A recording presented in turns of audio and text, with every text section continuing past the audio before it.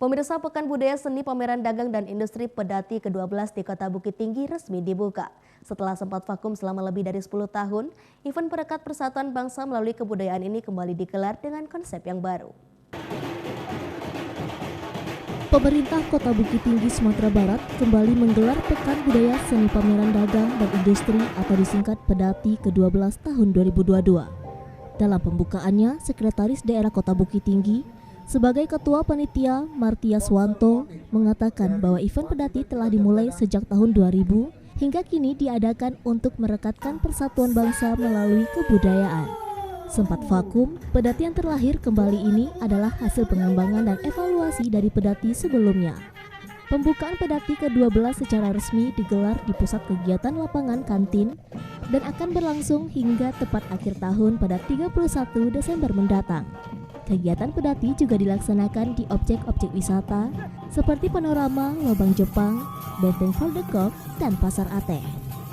Event yang sangat diminati peserta ini dianggap dapat meningkatkan ekonomi masyarakat sehingga sayang untuk tidak diadakan. Menurut Sekda, Pedati tahun ini tetap mengedepankan potensi lokal untuk mendapatkan perhatian publik baik dalam pertunjukan seni dan budaya serta produk UMKM yang berkualitas unggul.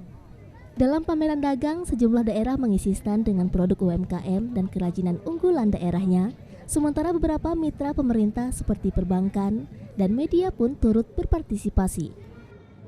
Kota tadi, Pedati ini sudah dirindukan oleh masyarakat Bukit Tinggi dan PWI sebagai bagian dari potensi dan mitra pemerintah kota juga ingin memberikan kontribusinya untuk mendukung Pedati yang ke-12 tahun 2022 ini.